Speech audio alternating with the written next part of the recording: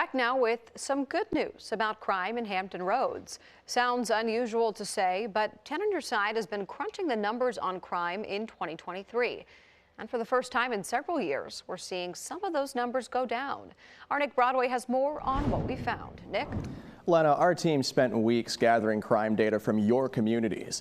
The numbers show an overall drop from 2022 to 23, with a handful of exceptions. Crime has not disappeared. Anti-violence activist Bilal Muhammad knows this firsthand. Muhammad was on the phone with his son Ali when someone drove up and blocked his driveway.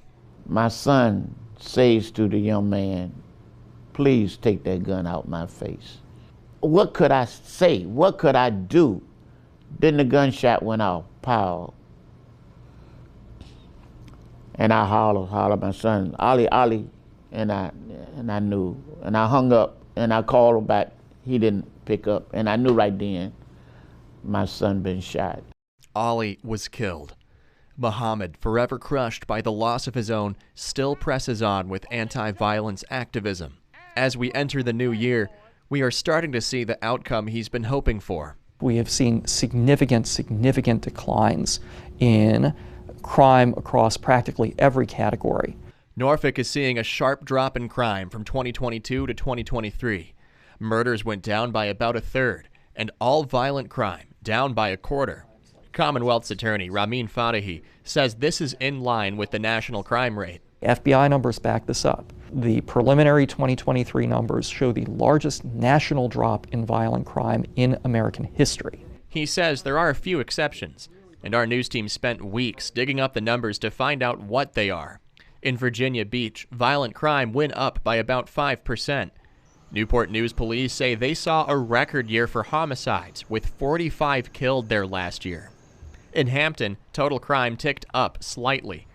As for Portsmouth, much of their violent crime sharply went down. Same story for Chesapeake, with one exception. One thing we did notice is that our larcenies are significantly up. Larceny shot up from about 4,400 in 2022 all the way to 6,600 last year. Juveniles would come from other cities and come to neighborhoods in Chesapeake just for the sole purpose of the car would come in with half a dozen kids, teenagers or whatnot, let the kids out, they'd walk through the neighborhood and just start checking vehicles. He says a lot of this can be prevented if people would just lock their doors.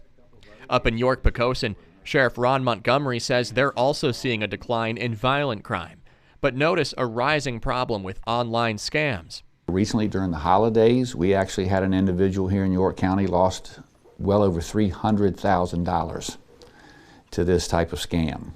A Gallup poll shows the majority of Americans think the crime problem in our nation is extremely serious, despite much of the data showing otherwise.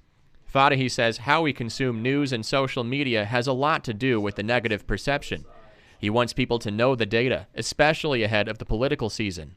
As people hear an individual story about an individual crime, it lays fertile ground for somebody to use it as a political tool and say, you're not safe, I'll make you safe. Fadahi expects the crime trends to stay about the same as we head into 2024, but it's tough to predict. We have more stats on wavy.com, as well as ways Fadahi and Muhammad say our communities can further reduce crime. Our investigative producer, Sean Davis, contributed heavily to this report. Reporting live in the studio, Nick Broadway, 10 on Your Side.